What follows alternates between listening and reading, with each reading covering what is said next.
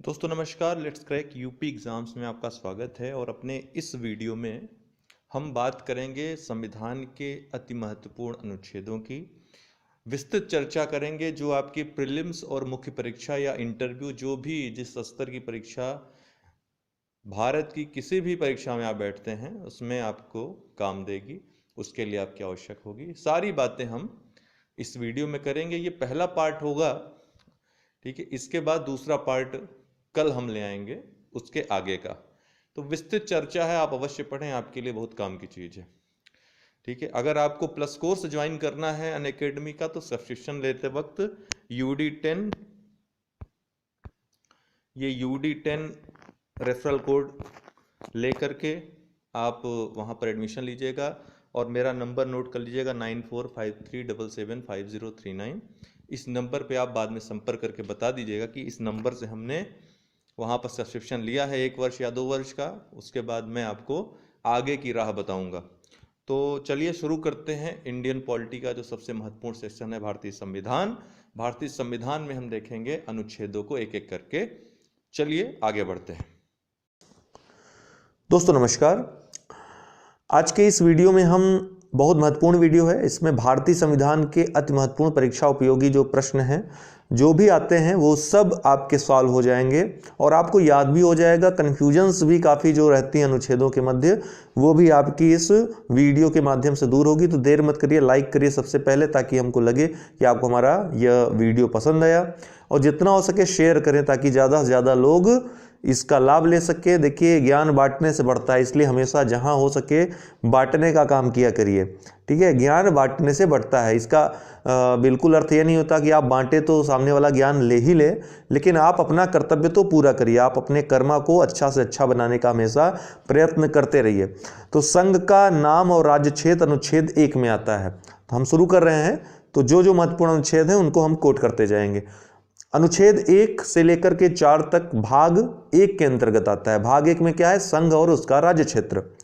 तो अनुच्छेद 1 में क्या है? अनुच्छेद 1 में संघ का नाम और उसका राज्य क्षेत्र है। बताया गया है कि भारत को क्या कहा गया है? भारत को भारत कहा गया है और इंडिया कहा गया है। कहा गया है भारत अर्थात इंडिया राज्यों का संघ होगा।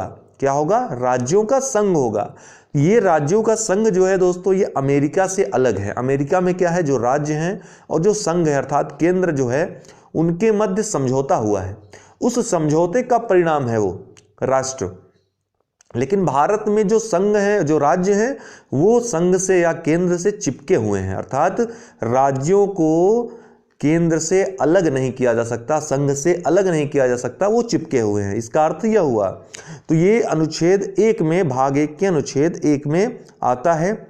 इसमें यह बताया गया है कि राज्य और राज्य क्षेत्र वह होंगे जो पहली अनुसूची में, जो अनुसूचियां हमने सुबह वीडियो बनाया आपको, पहली अनुसूची में जो भी वहां पर विनिर्दिष्ट हैं, जैसे कि इस समय वर्तमान समय में 28 राज्य हो गए हैं और 8 केंद्र शासित प्रदेश हो गए हैं, तो वही उसका जो क्षेत्र होगा वही राज्य क्षेत्र होगा भारत का, ठीक है। और भारत के राज्य क्षेत्र में इसके अतिरिक्त राज्यों के क्षेत्रों के अतिरिक्त कौन आएंगे? संघ राज्यों के क्षेत्र।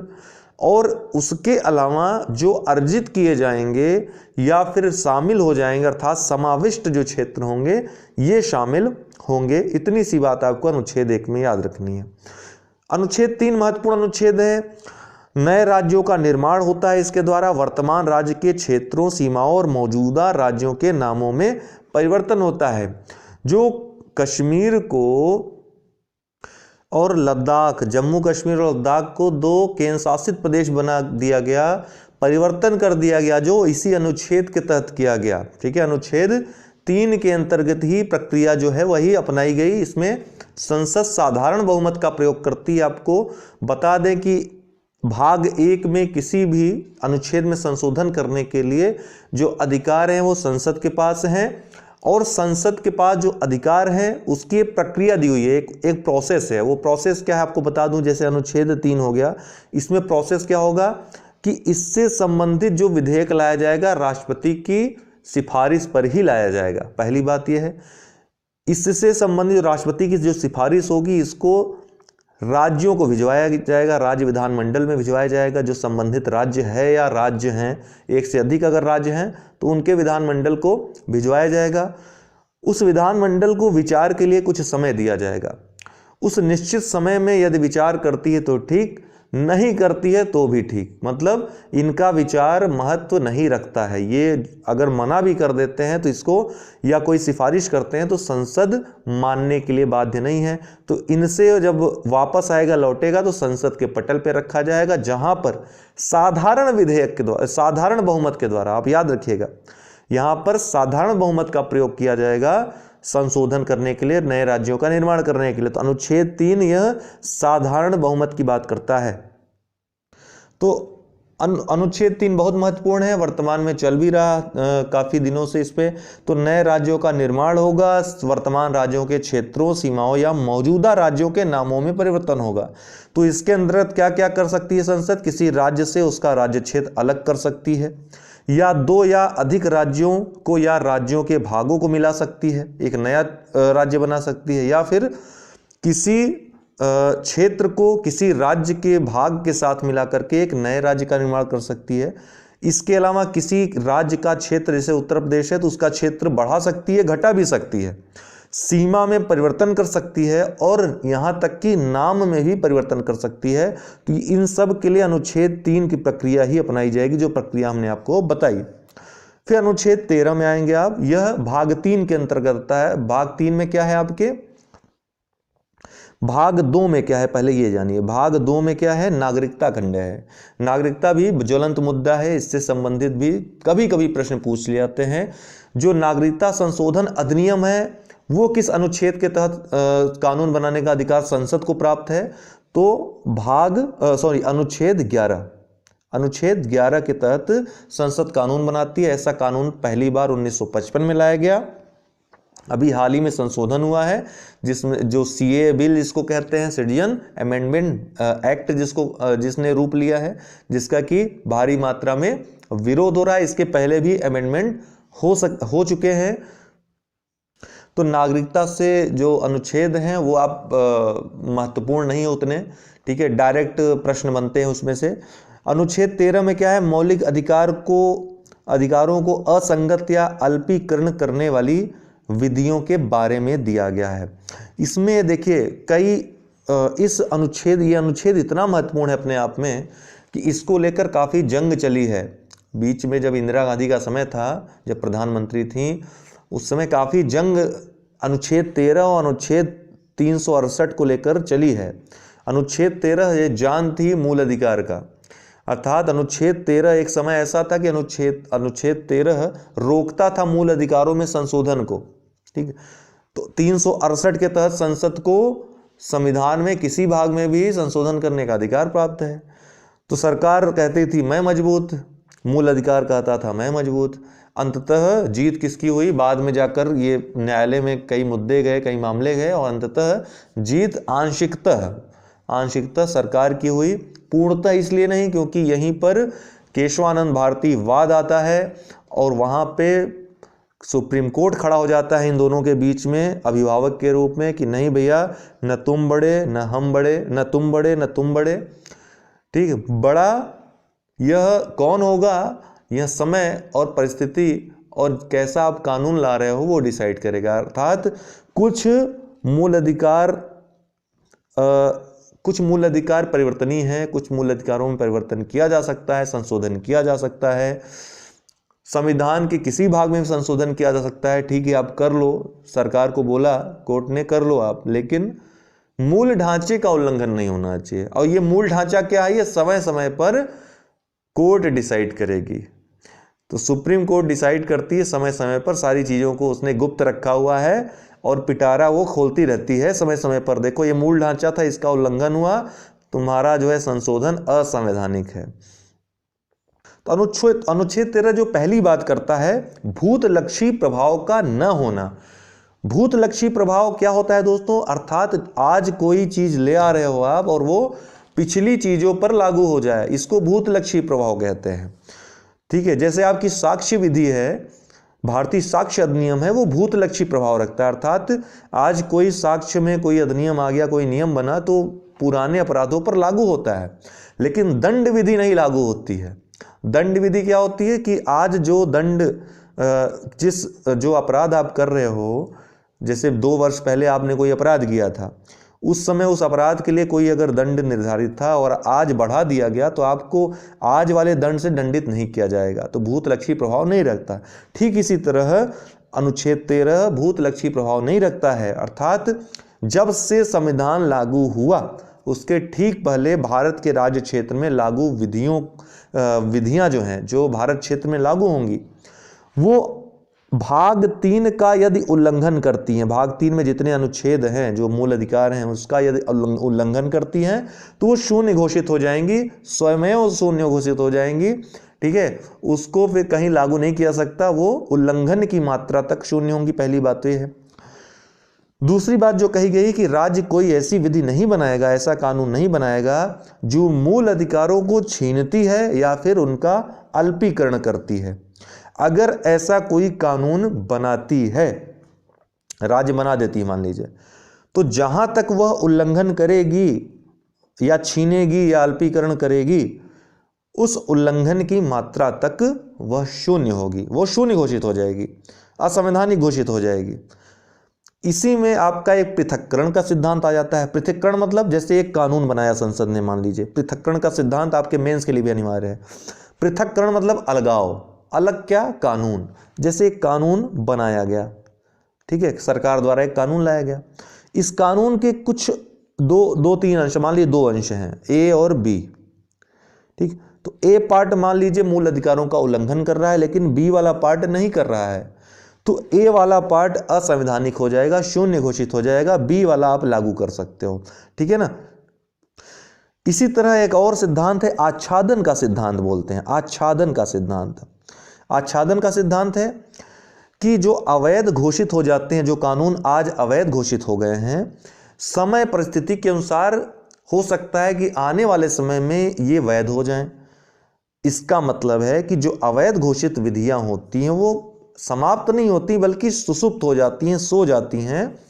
भविष्य में जरूरत पड़ने पर संशोधनों के द्वारा उनको पुनः लागू किया जा सकता है। इसको आच्छादन का सिद्धांत कहते हैं। तो पृथक्करण का सिद्धांत और आच्छादन का सिद्धांत, इन दोनों में आप फर्क समझिएगा, बस यही फर्क है। काफी लंबी बहस है 368 और 13 को लेकर के, अगर हम उसमें बात करेंगे तो बहुत लंबी कहानी हो जाएगी, एक पूरा वीडियो उसके ऊपर बनाना पड़ेगा। हम अनुच्छेदों पे चर्चा कर लेते हैं, यही उचित होगा। अब अनुच्छेद 14 से लेकर 18 तक आपका समानता के अधिकार का वर्णन किया गया है। समानता का अधिकार मिला हुआ है आपको, जिसमें अनुच्छेद 14 क्या कहता है, विधि के समक्ष समता और विधियों के समान संरक्षण। 2 बातें की गई हैं। कानून के समक्ष समता ये इसका टाइटल है, लेकिन इसमें 2 बातें हैं, विधि के समक्ष समता, विधियों के समान संरक्षण। जो विधि के समक्ष समता शब्द है बहुत सीमित कर देता है जो समता शब्द है उसको। विधि के समक्ष समता जो है एक सीमित शब्द है, सीमित कर देता है समता के परिप्रेक्ष्य को। यह इंग्लैंड से लिया गया है, लेकिन विधियों के समान संरक्षण ये व्यापक अर्थ देता है समता को, समानता को, और ये अमेरिका के संविधान से लिया गया है। विधि के समक्ष समता होती क्या है, अर्थात विधि के समान, कानून के समान सब बराबर हैं, अर्थात चाहे वो गरीब हो चाहे अंबानी हो, दोनों कानून के समान समक्ष बराबर हैं। ठीक है ना। अर्थात इसको और सरल ढंग से मैं यदि समझाऊं, जैसे सरकार को 2 रुपए बांटने हैं, 2 रुपए बांटना है, और एक मान लीजिए गरीब तबके का कोई लड़का है, ठीक है, बहुत ही बुरी अवस्था में, उस बीमार भी है, उसके घर की अवस्था नहीं सही है, और दूसरी तरफ अंबानी का एक लड़का है, दोनों तो रह रहे हैं भारत में, दोनों को समानता का अधिकार मिलना चाहिए विधि के समक्ष। तो सरकार को 2 रुपए बांटने हैं। अगर समानता का यह नियम लागू होता है विधि के समक्ष समता का, तो क्या होगा, 1 रुपए अंबानी के बच्चे को मिलेगा और 1 रुपए उस गरीब बच्चे को मिलेगा। क्या ये समानता है? क्या ये समानता उचित है दोस्तों? भैया मान लीजिए मैं 1 रुपए गलत बता रहा हूँ, 100 रुपए है मान लीजिए, तो 50-50 रुपए मिल जाएंगे। 50 रुपए में अंबानी का बच्चा क्या कर लेगा, उसके लिए तो कुछ नहीं है वो। लेकिन यदि वो 50 रुपए की जगह अगर 100 रुपए मिल जाए उस गरीब बच्चे को, तो उसका तो वो दिन बन जाएगा। तो यह समानता की बात करता है, विधियों के समान संरक्षण। ये दूसरे प्रकार की जो समानता है, ये व्यापक समानता की बात करता है, अर्थात विधियों के समान संरक्षण की बात यह है कि यदि कोई समान नहीं है तो उसको संरक्षण देकर, उसको आरक्षण देकर के युक्त प्रबंध करके उसको उस काबिल बनाया जाएगा। उसके लिए विशेष उपबंध किए जाएंगे, जैसे SC ST और जो गरीब तबके के लोग हैं उनके लिए किया जा रहा है। वर्तमान में महिलाओं के लिए किया जाता है, बच्चों के लिए किया जाता है, विशेष व्यवस्थाएं की जाती हैं। यहाँ पे जो विधि के समक्ष समता है, इसका ध्यान नहीं रखा जाता। अगर इसका मतलब क्या है? इसका मतलब यह निकलता है कि विभिन्न वादों में निकल कर आया कि आप विभेद कर सकते हैं, जरूरी नहीं कि सब जगह समानता हो, विभेद कर सकते हैं, लेकिन यह विभेद भी समानता के लिए होना चाहिए। पहला तो यह वाक्य है कि विभेद भी, यह जो भेदभाव होना चाहिए, इसका लक्ष्य समानता होना चाहिए। आप समानता लाने के लिए ऐसा करो। दूसरा क्या होना चाहिए लक्ष्य? दूसरा यह युक्त होना चाहिए, अर्थात ऐसा नहीं कि मनमाना बांट रहे हैं कि गांव में पहुंच गए तो कोई रिश्तेदार निकल गया आपका, तो उसको भर दिया उसकी झोली और दूसरा खाली रह गया।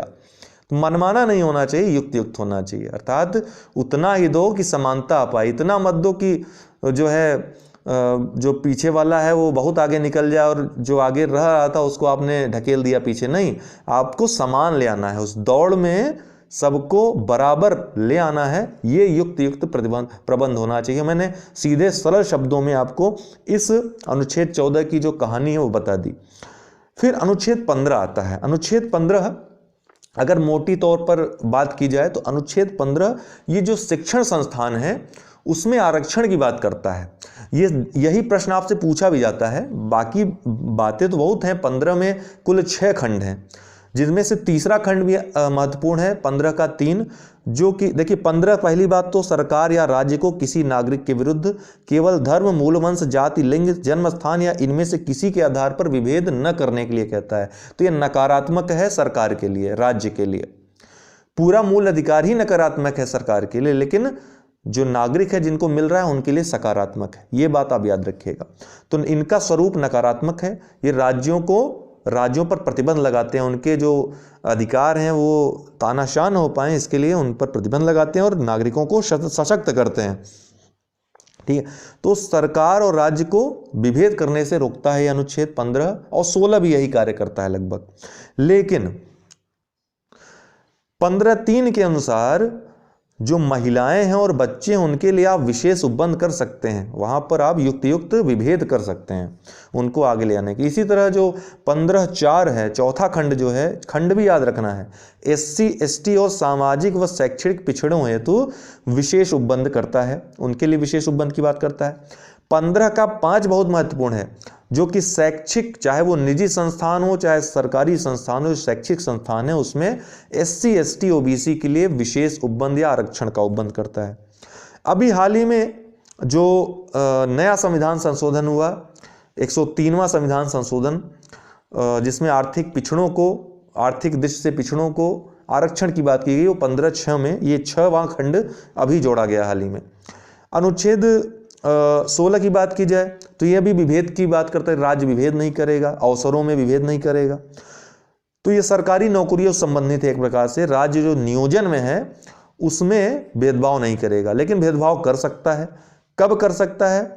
जब कोई नागरिक पिछड़ा, जैसे तीसरा जो है इसका खंड जो 16 का 3 जो है कहता है कि कोई राज्य अपने निवासियों हेतु विशेष उपबंध कर सकता है। जैसे आप देखेंगे कई राज्य जो हैं वहाँ पर आप फॉर्म नहीं भर सकते हैं, यूपी बिहार वाले फॉर्म नहीं भर सकते, वहाँ पे वहीं के लोग फॉर्म भर सकते हैं। या फिर कोई ऐसा प्रतिबंध लगा देंगे कि बाहर वाले केवल 10% आरक्षण रहेगा, बाहर वालों की एज कम रहेगी, यहाँ वालों की एज ज़्यादा। तो युक्त प्रबंध उपबंध कर सकते हैं, ये संवैधानिक रहेगा, ठीक, अपने राज्य के नागरिकों को आगे बढ़ाने के लिए। दूसरा, पिछड़े नागरिकों हेतु आरक्षण की व्यवस्था, अर्थात जो 16 का 4 जो है, 16 का जो चौथा खंड है, वो पिछड़े नागरिक जो पिछड़े हैं उनके लिए आरक्षण की बात करता है। लेकिन यह पिछड़ापन जो है वो परिभाषित नहीं किया गया है, ये एक महत्वपूर्ण बात है।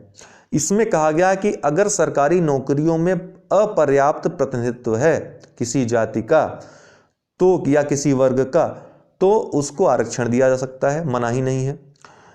इसी का 4 का क कहता है, जो कि 85वें संविधान संशोधन 2001 द्वारा जोड़ा गया, प्रोन्नति में SC ST वर्ग के लोगों को आरक्षण की बात करता है, जिस पर भी काफी बवाल हुआ। सुप्रीम कोर्ट ने एक बार असंवैधानिक घोषित भी कर दिया। अभी मामला वो पूरी तरह दबा नहीं। सुप्रीम कोर्ट ने बाद में एक बहुत ही बैलेंस्ड निर्णय दिया है, वही अभी चल रहा है, लेकिन आगे आने वाले समय में वो मामला फिर से उठेगा।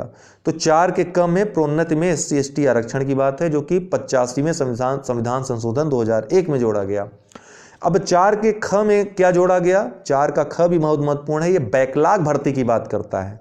81वें संविधान संशोधन 2001 16 का खंड 4 का ख क्या कहता है? बैकलॉग भर्ती, अर्थात यदि इस वर्ष जैसे 5 सीट है SC की और 5 खाली रह गई, या फिर 50 सीट है तो 20 भर पाई, 30 खाली रह गई, तो इसको अगले वर्ष जोड़ा जा सकता है, अगले वर्ष की भर्ती में, और यह 50% की मात्रा का उल्लंघन नहीं माना जाएगा। ठीक, ये महत्वपूर्ण बात है। और 16 का 6 जो जोड़ा गया अभी EWS वालों को, अर्थात आर्थिक पिछड़ों को 16 के खंड 6 को जोड़ करके 10% आरक्षण दे दिया गया है। फिर आएंगे अनुच्छेद 17 में अस्पृश्यता का उन्मूलन की बात करता है। अस्पृश्यता को अपराध बताता है। ये नागरिकों और राज्य दोनों के विरुद्ध मिला हुआ है। न तो नागरिक अस्पृश्यता कर सकते हैं, किसी के साथ भेदभाव कर सकते हैं, न तो राज्य। अनुच्छेद 18, इस अनुच्छेद के अंतर्गत उपाधियों का अंत किया गया है, लेकिन सेना और शिक्षा के क्षेत्र में दी गई उपाधियां उनके क्षेत्र में किए गए विशेष कार्य के लिए दिया गया सम्मान है, ऐसा सुप्रीम कोर्ट के निर्णय में आया। ठीक है, सरकार ने एक बार रोक दिया था इसको, लेकिन बाद में पुनः इसको प्रारंभ कर दिया गया दूसरी सरकार के द्वारा। इंदिरा गांधी सरकार ने रोका था इसको, मोरारजी देसाई आए इसको, इंदिरा गांधी सरकार इसको दे रही थी, मोरारजी देसाई ने बंद कर दिया, फिर इंदिरा गांधी आई है, फिर स्टार्ट हो गया। सुप्रीम कोर्ट ने निर्णय दिया कि जो सेना और शिक्षा है उसमें उपाधियां दी जा सकती हैं। दोस्तों, ये सेना और शिक्षा वाला तो जुड़ा ही हुआ है अनुच्छेद 18 में। जो विवाद की मैं बात कर रहा था, वो विवाद है आपके भारत रत्न और जो पद्म सम्मान है, पद्म पुरस्कार है, उससे, जैसे पद्मश्री हो गया, पद्म भूषण हो गया, पद्म विभूषण हो गया, उससे संबंधित विवाद था। ये सरकार दे रही थी, उसको मोरारजी देसाई सरकार ने रोक दिया। ठीक है, अनुच्छेद 18 के उल्लंघन के आधार पे। बाद में इंदिरा गांधी सरकार ने फिर इसको स्टार्ट कर दिया, मामला कोर्ट गया, सुप्रीम कोर्ट का निर्णय आया इस संदर्भ में कि ये जो भारत रत्न है या पद्म पुरस्कार हैं, ये पुरस्कार हैं, ये किसी के जीवन में जो उपलब्धियां हैं उसके हेतु उसको पुरस्कार दिया जा रहा है, और यह नाम जो ये पुरस्कार है इसको अपने नाम के साथ उपाधि के रूप में नहीं जोड़ा जा सकता है। ठीक, अनुच्छेद 18 में उपाधियों का अंत किया गया है, लेकिन सेना और शिक्षा में छूट दी गई है। वहाँ पर आप जैसे शिक्षा में आप डॉक्टर लगा देते हैं, प्रोफेसर लगा देते हैं, सेना में जनरल लगा देते हैं या फिर ब्रिगेडियर लगा देते हैं, तो ये लगा सकते हैं, इसमें छूट है। अनुच्छेद 19 की बात करें तो अव्यक्त की स्वतंत्रता के बारे में कुछ अधिकारों का संरक्षण है।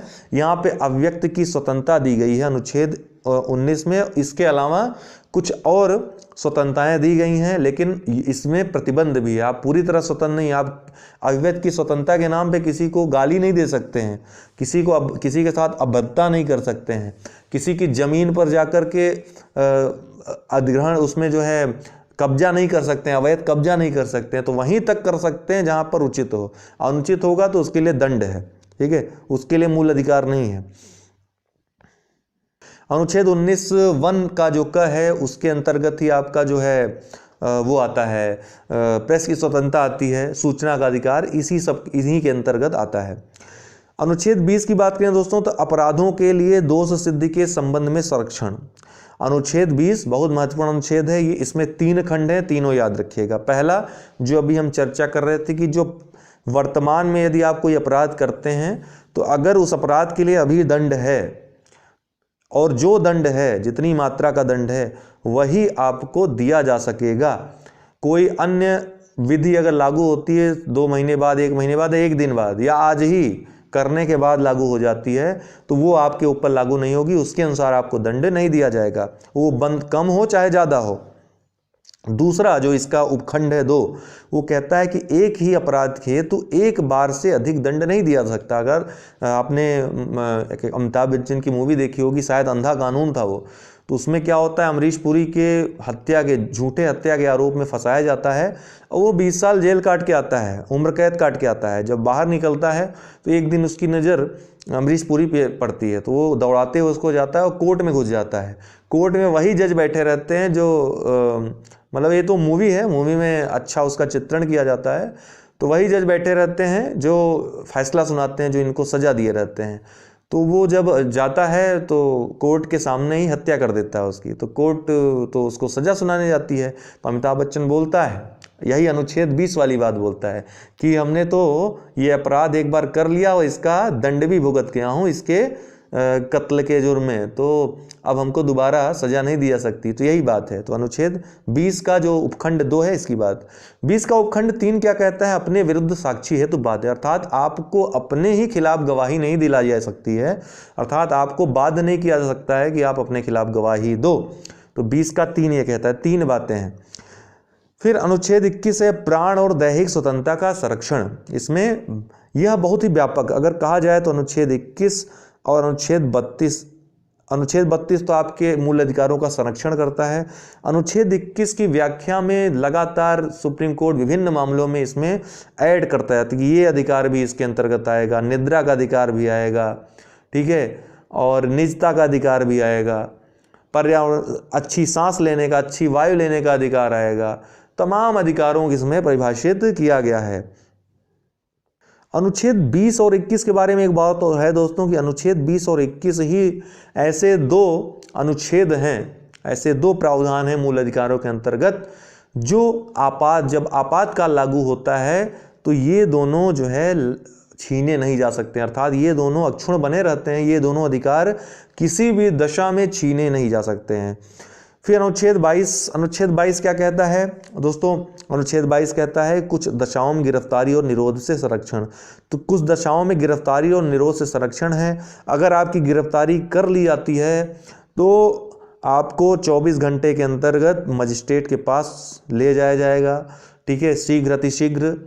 दूसरी बात है आपको आपकी गिरफ्तारी का कारण बताया जाएगा। उसके अलावा आपको पसंद के अधिवक्ता से बात कराई जाएगी, अपने घर बात कराई जाएगी। ढेर सारे प्रावधान इसके अंतर्गत दिए गए हैं। तो अनुच्छेद 22 कुछ दशाओं में गिरफ्तारी और निरोध से संरक्षण करता है। निवारक निरोध की बात भी इसमें की गई जो कि बहुत महत्वपूर्ण है। निवारक निरोध, ठीक है, जिसमें बिना वारंट के गिरफ्तार किया जा सकता है, जिसमें आपको कारण बताना जरूरी नहीं है और उसमें काफ़ी लंबे समय तक परिरुद्ध रखा जा सकता है, लेकिन उसकी एक विशेष प्रक्रिया अपनाई जाती है। मैक्सिमम आपको 3 महीने तक निवारक निरोध में रख सकते हैं। अगर उससे ज़्यादा रखा जाना चाहिए, अगर रखा जाना जरूरी है तो उसके लिए एक जो प्रतिनिधि मंडल है उसके निर्णय या समिति बनाई जाएगी और उसकी सिफारिश की आवश्यकता होगी। 21A अनुच्छेद 21A क्या कहता है, प्राथमिक शिक्षा का अधिकार देता है। किसको देता है, 6 से 14 वर्ष के आयु के बालकों को निःशुल्क और अनिवार्य शिक्षा का उपबंध कराता है। 86वें संविधान संशोधन 2001 द्वारा यह जोड़ा गया संविधान में। सॉरी दोस्तों, 86वां संविधान संशोधन 2002 के द्वारा इसको जोड़ा गया है, ठीक है।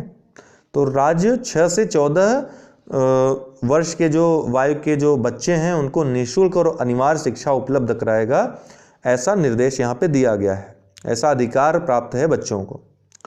अनुच्छेद 22 इसमें कुछ दशाओं में, सॉरी दोस्तों, अच्छा ठीक है, ये हो गया। अनुच्छेद 23 की बात करते हैं। अनुच्छेद 23 में क्या है,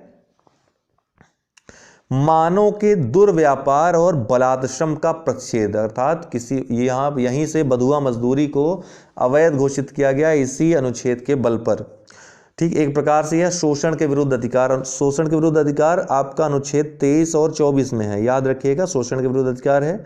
तो शोषण के विरुद्ध अधिकार में अनुच्छेद 23 में क्या है, मानव का दुर्व्यापार नहीं हो सकता है, अर्थात जैसे इसमें स्मगलिंग वगैरह जो आती है और जो महिलाओं को, बच्चों को उनका व्यापार होता है, अवैध व्यापार होता है, बच्चों का अपहरण करके व्यापार करते हैं, ये सभी इसमें आता है।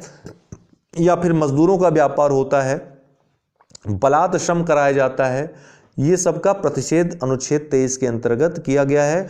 अनुच्छेद 24 में महत्वपूर्ण बात एक है, अनुच्छेद 24 यहाँ लिखना रह गया, तो अनुच्छेद 24 में क्या है, ये 24 जो 14 वर्ष से कम आयु के बालक हैं उनका कारखानों और जो खतरनाक कार्य हैं उनमें नियोजन नहीं, ऐसा अधिकार देता है कि उनको यहाँ पर नियोजित नहीं किया सकता या फिर उनका नियोजन नहीं किया सकता है। 14 वर्ष से कम आयु के बालकों से काम नहीं कराया जा सकता है। ठीक, इसके लिए कानून भी बनाया गया है, बाल अधिकार संरक्षण कानून बनाए गए हैं। अनुच्छेद 26 की बात करें दोस्तों, इसके बाद अनुच्छेद 26 आता है, आपका महत्वपूर्ण अनुच्छेद है धार्मिक कार्यों के प्रबंध की। अनुच्छेद 25 भी है जो कि अंतरात्मा की स्वतंत्रता, मनचाहा काम और धर्म के प्रचार प्रसार की स्वतंत्रता, अर्थात आप अपने धर्म का प्रचार प्रसार कर सकते हैं, आप किसी भी धर्म का प्रचार प्रसार कर सकते हैं, उसमें कोई रोक नहीं सकता है। और राज्य किसी धर्म को बढ़ावा नहीं देगा, राज्य इसी को धर्मनिरपेक्षता कहते हैं, अर्थात हर किसी को यहाँ पे अपने अपने धर्म को मानने की स्वतंत्रता है। राज्य किसी विशेष धर्म को बढ़ावा नहीं देगा और राज्य का कोई धर्म नहीं होगा, विभेद नहीं करेगा राज्य धर्म के आधार पे। अनुच्छेद 26 क्या है, धार्मिक कार्यों के प्रबंध की स्वतंत्रता, धार्मिक कार्यों के प्रबंध की स्वतंत्रता करता है, अर्थात अपने अपने धर्म संबंधित जो संस्थाएं उनको स्थापित कर सकते हैं, आप मंदिर बना सकते हैं, आप मस्जिद बना सकते हैं, उनका प्रबंध कर सकते हैं, इसकी भी स्वतंत्रता है।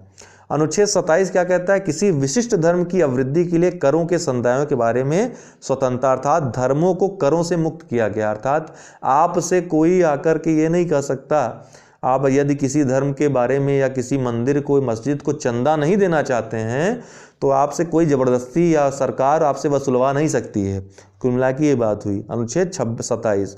अनुच्छेद 28 कुछ शिक्षा संस्थाओं में धार्मिक शिक्षा या धार्मिक उपासना में उपस्थित होने के बारे में स्वतंत्रता, आप हिंदू धर्म के मानने वाले या मुसलमान धर्म के मानने वाले हैं, आप या किसी धर्म को नहीं मानते हैं, आप अपने धर्म को अपने धर्म की ही उपासना करना चाहते हैं, तो आपको विवश नहीं किया सकता है शिक्षा संस्थानों में धार्मिक जो प्रार्थना है उन सब में सम्मिलित होने के लिए या धार्मिक कोई क्रियाकलाप है उसमें सम्मिलित होने के लिए, अनुच्छेद 28 कहता है।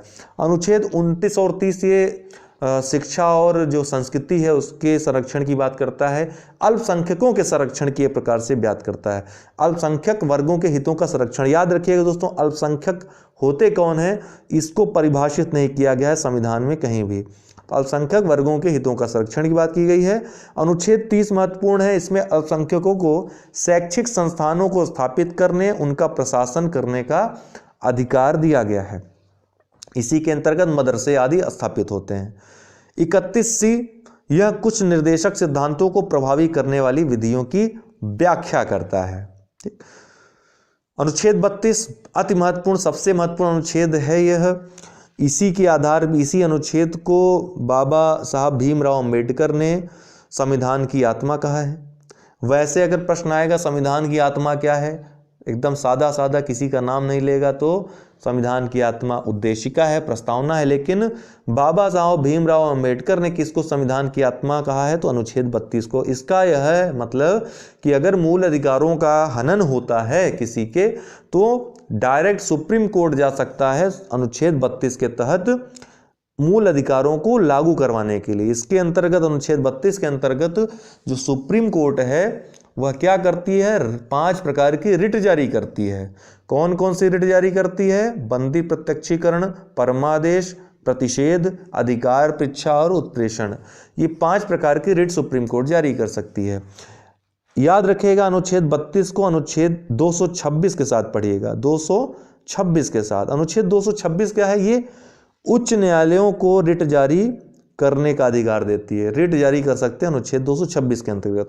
और यह जो 226 के अंतर्गत उच्च न्यायालय जारी करता है वह कहीं न कहीं सुप्रीम कोर्ट से बड़ा अधिकार है। बड़ा क्यों है, क्योंकि सुप्रीम कोर्ट सिर्फ मूल अधिकारों के उल्लंघन पर रिट जारी करता है, वहीं हाई कोर्ट मूल अधिकारों के साथ साथ अन्य जो कानूनी अधिकार हैं उसको भी देख सकता है, उसके लिए भी उसको भी लागू करवाने के लिए रिट जारी कर सकता है 5 प्रकार की। तो यह महत्वपूर्ण बात है। अनुच्छेद 38, अब आप आ जाते हैं भाग 4 में। भाग 4 क्या है, नीति निर्देशक तत्व। उसमें अनुच्छेद 38 क्या कह रहा है? राज्य लोगों के कल्याण को बढ़ावा देने के लिए एक सामाजिक व्यवस्था को बनाएगा। अगर पूछेगा लोक कल्याणकारी राज्य की स्थापना की बात किसमें की गई है, तो अनुच्छेद 38 में। ठीक है, इसीलिए अनुच्छेद 38 मैंने यहां पर लिखा है। 39 का क्या कहता है? समान न्याय और निःशुल्क विधिक सहायता। तो ये संविधान में मूल संविधान में नहीं थी, इसको 42वें संविधान संशोधन 1976, इस संविधान संशोधन को मिनी संविधान भी कहा जाता है, छोटा संविधान भी कहा जाता है, मिनी कॉन्स्टिट्यूशन भी कहा जाता है। इसमें बृहद बहुत बड़े बड़े संशोधन हुए थे, बहुत बड़े स्तर पे संशोधन हुए थे, इसके लिए मिनी संविधान भी कहा जाता है इसको। इस समान न्याय और निःशुल्क विधिक सहायता की बात करता है, अर्थात जो व्यक्ति न्याय तक नहीं पहुंच पाता है कहीं ना कहीं धन के कारण, अपनी स्थिति के कारण, तो उसको समान न्याय अर्थात उसको न्याय दिलाने के लिए निःशुल्क विधिक सहायता की बात भी की गई है, ताकि न्याय तक उसकी पहुंच को सुनिश्चित किया जा सके और जो संविधान के उद्देशिका है उसके उद्देश्य को पूर्ण किया जा सके। अनुच्छेद 40 ये महात्मा गांधी के जो सपने थे उसके अनुसार है, ग्राम पंचायतों के संगठन की बात करता है। अनुच्छेद 40 क्या करता है? ग्राम पंचायतों के संगठन की बात करता है। बाद में 73वें और शुरुआत में तो लागू हुआ था बलवंत राय मेहता समिति की सिफारिश के आधार पे, नागौर जिला जो राजस्थान के वहां से लागू हुआ था, लेकिन बाद में बकायदा 73वां संविधान संशोधन करके 1992 में पंचायतों को संवैधानिक दर्जा दे दिया गया और इस जो अनुच्छेद 40 का जो उद्देश्य था उसको पूर्ण कर दिया गया, लोकतांत्रिक विकेंद्रीकरण को। अनुच्छेद देखिए, कभी कोई ग्राम पंचायत न पूछ करके लोकतांत्रिक विकेंद्रीकरण पूछ लेगा तो आप कंफ्यूजिया मत जाइएगा, यही इसका उत्तर होगा। ठीक है, अनुच्छेद 43 का की बात करें, अनुच्छेद 43 का भी संविधान में, मूल संविधान में नहीं था, यह भी 42वें संविधान संशोधन 1976 के द्वारा जोड़ा गया। तो इसमें क्या था, क्या जोड़ा गया? उद्योगों के प्रबंधन में कर्मकारों का भाग लेना, ये पूछता है अक्सर, याद रखिएगा। अनुच्छेद 43 का ख भी यह जोड़ा गया 97वें संविधान संशोधन 2011, इसमें सहकारी समितियों के उन्नयन के लिए राज्य कार्य करेगा, इसके लिए निर्देश किया गया है। तो आपको पता है कि 97वां संविधान संशोधन 2011 जो है वो क्या करता है? अनुच्छेद एक भाग की स्थापना करता है, एक भाग जो है जोड़ता है संविधान में, भाग 9 का ख।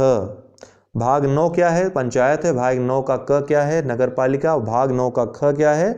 सहकारी समितियां। इस तरह सहकारी समितियां अब संवैधानिक हो गया, संवैधानिक दर्जा दे दिया गया है। तो 43 ख में सहकारी समितियों का उन्नयन ये भी जोड़ा गया है। अनुच्छेद 44 ये क्या कहता है? अनुच्छेद 44 नागरिकों के लिए एक समान नागरिक संहिता की बात करता है, जिसकी चर्चा अक्सर उठती रहती है। तो समान नागरिक संहिता की बात करता है, कॉमन सिविल कोड की बात करता है। अनुच्छेद 45 क्या है? 6 साल के से कम उम्र के बच्चों के लिए अनिवार्य शिक्षा का प्रावधान करता है।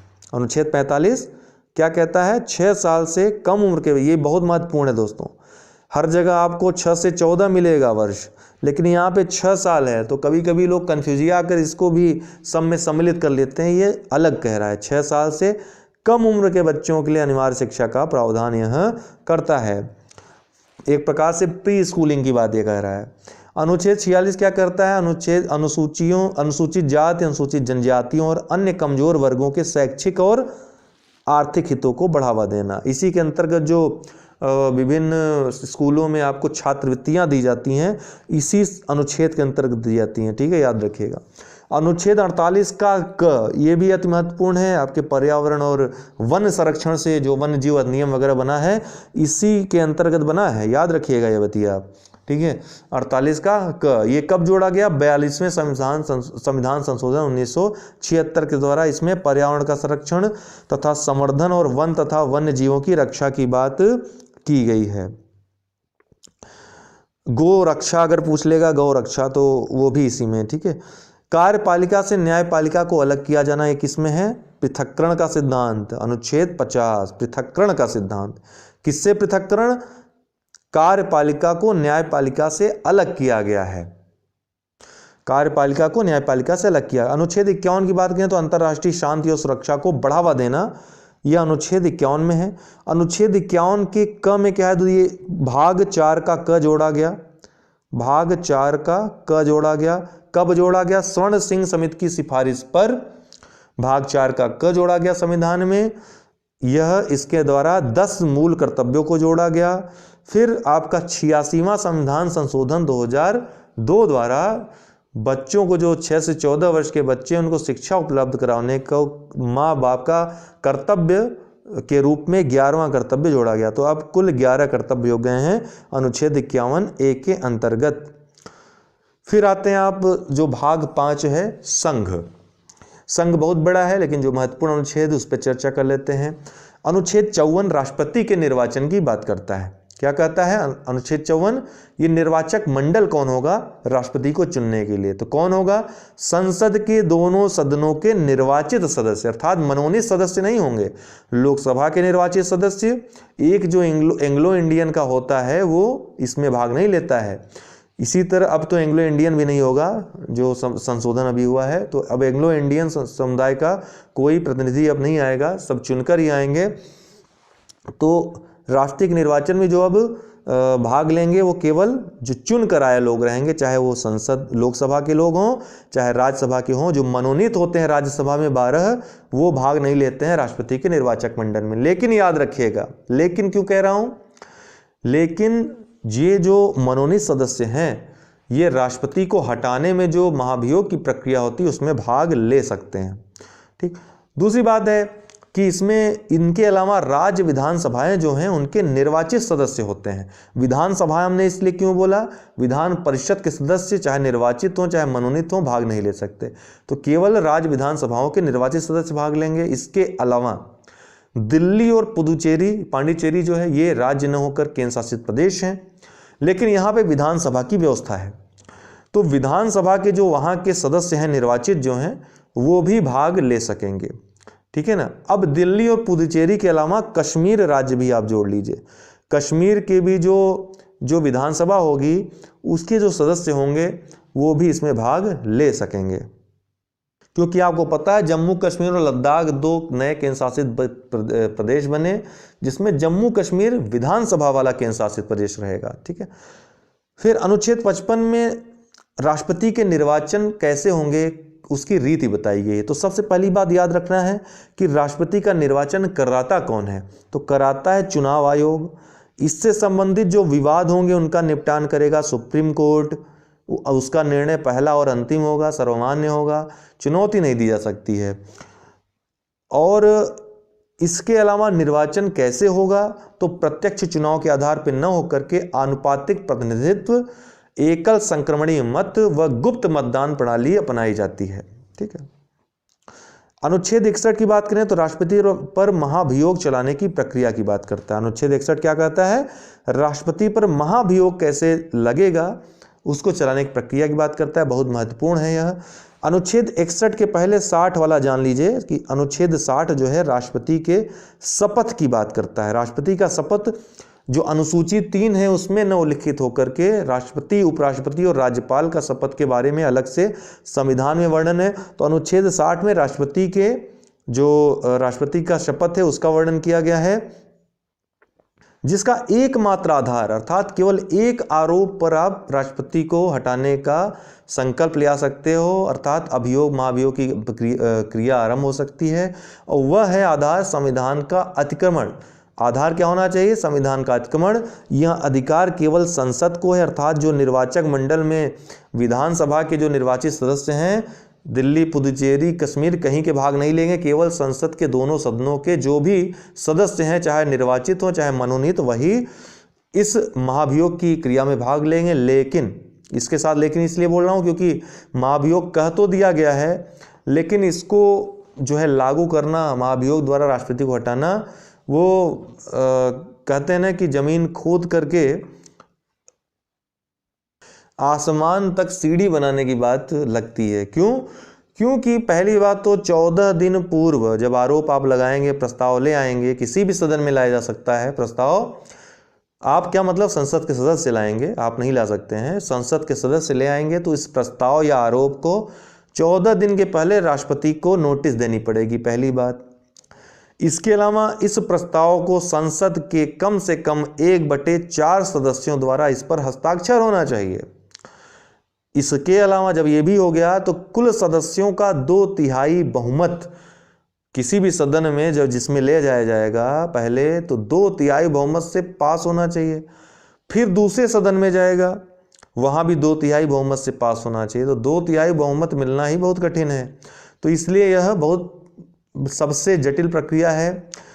इसके अलावा राष्ट्रपति अपना पक्ष भी रख सकता है या फिर अपने प्रतिनिधि को भेज सकता है, यह भी व्यवस्था की गई है, ठीक है ना। फिर 63 में आते हैं। 63 क्या करता है, उपराष्ट्रपति की बात करता है। उपराष्ट्रपति जो है यहाँ पे यूएसए जो अमेरिका है वहाँ के संविधान से उपराष्ट्रपति की व्यवस्था यहाँ पर है।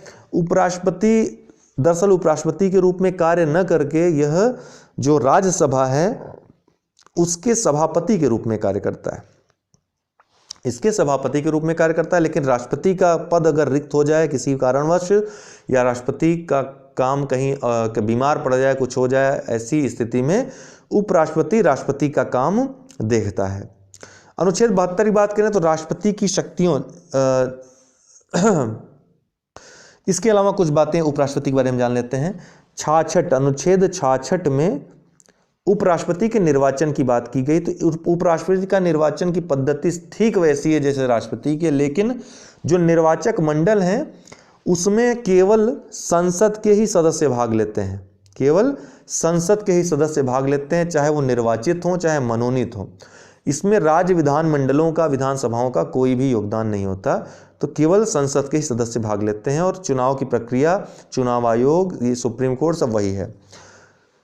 फिर 67 में, यह अनुच्छेद 67 में इनकी पदावधि की व्यवस्था है।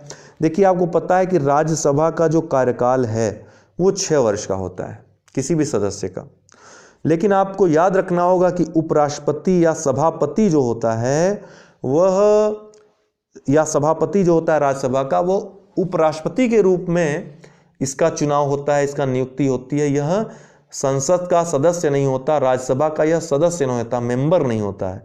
तो यह 6 साल वाली व्यवस्था इसके लिए नहीं है, यह केवल 5 वर्ष के लिए ही पद धारण करता है। जब अगला चुनाव होगा उसके पहले तक, अगला जब तक उपराष्ट्रपति नहीं चुन लिया जाता है। लोकसभा का जो अध्यक्ष होता है, जो स्पीकर होता है, वो सदस्य होता है लोकसभा का, लेकिन राज्यसभा का जो सभापति होगा राज्यसभा का या संसद का सदस्य नहीं होता है, वो उपराष्ट्रपति के रूप में उसका चयन होता है, नियुक्ति, ठीक है, चयन होता है, नियुक्ति नहीं होती है। चयन और नियुक्ति में अंतर समझिएगा। प्रधानमंत्री और मंत्रियों की नियुक्ति होती है, ठीक है, आपकी किसी जॉब में नियुक्ति होगी, लेकिन जो उपराष्ट्रपति राष्ट्रपति हो गए इनका चुनाव होता है, संसद सदस्यों का चुनाव होता है, ठीक है, इनका चयन होता है। चुनने और नियुक्त करने में अंतर है, इतना तो समझ ही सकते हैं आप। तो 67 में इसके अलावा वो यह भी व्यवस्था है कि वो कब जो है हटा, और क्या इसका जो है हटाने का क्या प्रावधान किया गया है। तो पहली बात तो यह त्यागपत्र दे करके अपने कार्य को समाप्त कर सकता है, त्यागपत्र दे सकता है अगर 5 वर्ष के पहले देना चाहे तो। इसके अलावा राज्यसभा तात्कालिक बहुमत, तात्कालिक मतलब जितने उपस्थित हों, जिनको कोरम बहुमत भी कहते हैं, कोरम पूरा हो जाए, जितने लोग मौजूद हैं उनका बहुमत से अगर पारित कर दिया जाए लोकसभा उसमें प्रस्ताव, ठीक है, राज्यसभा में, तो राष्ट्रपति को पद से हटना होगा। सॉरी, अगर पारित हो जाए, बहुमत से पारित हो जाए, उसके बाद लोकसभा भी साधारण बहुमत से पारित कर दे, तो उपराष्ट्रपति का पद उस पारित करने के दिन से समाप्त समझा जाएगा, खाली समझा जाएगा। लेकिन इसकी भी जो सूचना है 14 दिन पहले उपराष्ट्रपति को देना चाहिए या अनिवार्य है, ठीक है, 14 दिन पूर्व सूचना देनी होगी। अनुच्छेद 72 दोस्तों राष्ट्रपति की शक्तियों जैसे क्षमादान की शक्ति, सजा का निलंबन, कुछ मामलों में सजा को कम करना आदि का प्रावधान करती है। देखिए अनुच्छेद 72 को आप सहपठित अनुच्छेद 61 करिए, 161 के साथ पढ़िए हमेशा। अनुच्छेद 72 ये राष्ट्रपति की क्षमादान शक्ति की बात करता है। अनुच्छेद 161 अनुच्छेद 72 ये राष्ट्रपति की शक्ति की बात करता है, क्षमादान की। राज्यपाल की शक्ति का प्रावधान अनुच्छेद 161 में है, राज्यपाल इसमें क्षमा कर सकता है। लेकिन इन दोनों में अंतर यह है, सबसे पहला कि राष्ट्रपति सैन्य न्यायालयों से संबंधित जो मामले हैं उसमें भी क्षमा कर सकता है, लेकिन राज्यपाल नहीं। दूसरा अंतर यह है कि मृत्युदंड के मामले में पूर्णतः क्षमा करने की जो शक्ति है सिर्फ राष्ट्रपति के पास है। मृत्युदंड के मामले में पूर्णतः क्षमा नहीं कर सकता है राज्यपाल, वह कम कर सकता है सजा की प्रकृति को और या फिर उसकी मात्रा को, अर्थात मृत्युदंड को वह आजीवन कारावास में बदल सकता है, बस इतना कर सकता है, लेकिन राष्ट्रपति पूर्णतः क्षमा कर सकता है। तो इस तरह से इसमें जो है 5 चीजें आती हैं। पहला तो क्षमा कर दे, पूर्णतः क्षमा कर दे, ठीक है।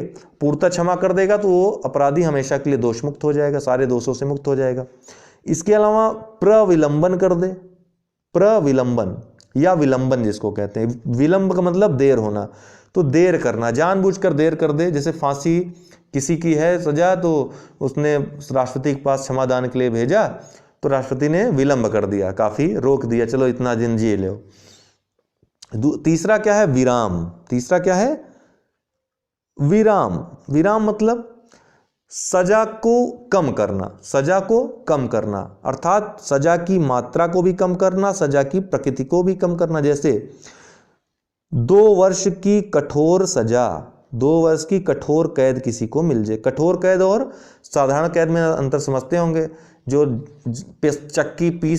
चक्की पीसिंग वाला जो है वो कठोर वाला दंड है, ठीक है। साधारण दंड मतलब जाकर आराम से साधारणतः रह लीजिए, आपसे ज़्यादा काम नहीं लिया जाएगा, वो साधारण है। तो 2 वर्ष का कठोर कारावास अगर है तो कठोर कारावास को साधारण कारावास में बदल दिया जाए, 2 वर्ष को 1 वर्ष में कर दिया जाए, तो इसको विराम कहेंगे। अर्थात मात्रा में भी कमी हो गई और प्रकृति में भी कमी हो गई। वहीं जो तीसरी चीज आती है, चौथी चीज आती है, परिहार आता है। परिहार, परिहार क्या होता है? इसमें सजा की मात्रा में कमी कर दी जाती है, सजा की मात्रा में। अर्थात 2 वर्ष का कठोर कारावास है तो यह 1 वर्ष का कठोर कारावास हो जाएगा। तो प्रकृति तो कठोर ही रही, लेकिन मात्रा चेंज हो गई। जो 5वां और अंतिम आता है लघुकरण। लघुकरण कर सकता है। लघुकरण में क्या है कि प्रकृति बदल जाती है और मात्रा जो है नहीं बदलती है। जैसे प्रकृति बदल जाएगी, प्रकृति मतलब जैसे 2 वर्ष का कठोर कारावास है तो 2 वर्ष का यह साधारण कारावास हो जाएगा। तो कठोर से सरल हो गया, कठोर से सरल हो गया, तो यह क्या हुआ? लघुकरण इसको कहेंगे। तो ये 5 चीजें हैं। इनमें से जो पूर्णतः क्षमा है वो केवल राष्ट्रपति कर सकता है, बाकी सब राज्यपाल को अधिकार मिले हुए हैं 161 के तहत। अनुच्छेद 74 क्या कहता है? अनुच्छेद 74 बहुत महत्वपूर्ण है, मंत्रिपरिषद की बात करता है। इसमें मंत्रिपरिषद में प्रधानमंत्री भी आते हैं, ठीक है। प्रधानमंत्री मंत्रिपरिषद के प्रधान होंगे, ऐसी बात की गई है पहले में। दूसरा उपखंड में कहा गया है कि सलाह, जो राष्ट्रपति है मंत्रिपरिषद के सलाह से कार्य करेगा। और मंत्रिपरिषद ने राष्ट्रपति को क्या सलाह दी, ठीक है, और सलाह दी कि नहीं कोई कानून बना, तो यह 137 के अंतर्गत न्यायिक पुनरावलोकन के अंतर्गत नहीं आ सकता। अर्थात उसको आप चुनौती नहीं दे सकते उच्चतम न्यायालय में, ठीक है।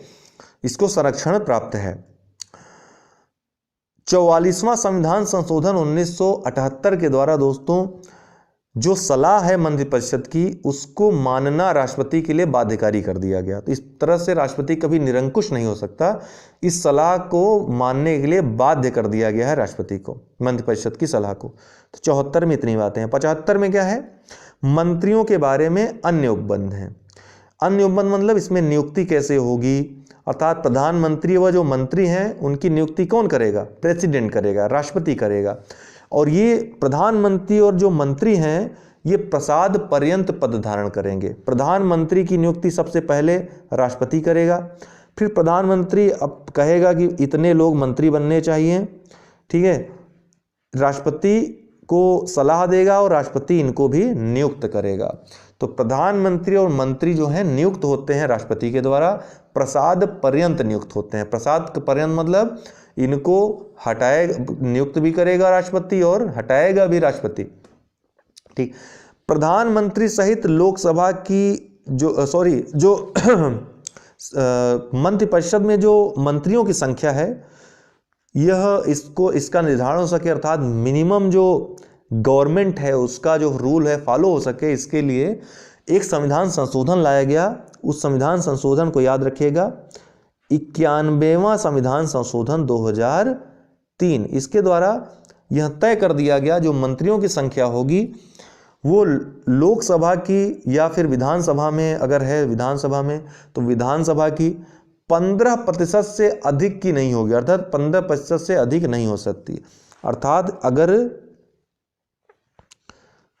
50 मान लीजिए 50 जो है संख्या है किसी भी सदन की, लोकसभा की मान लीजिए 50 संख्या या 500 है, तो इसका 15% कितना होगा निकाल लीजिए। उतनी ही संख्या जो है, उतने ही संख्या मंत्रियों की हो सकती है, यह निर्धारित कर दिया गया।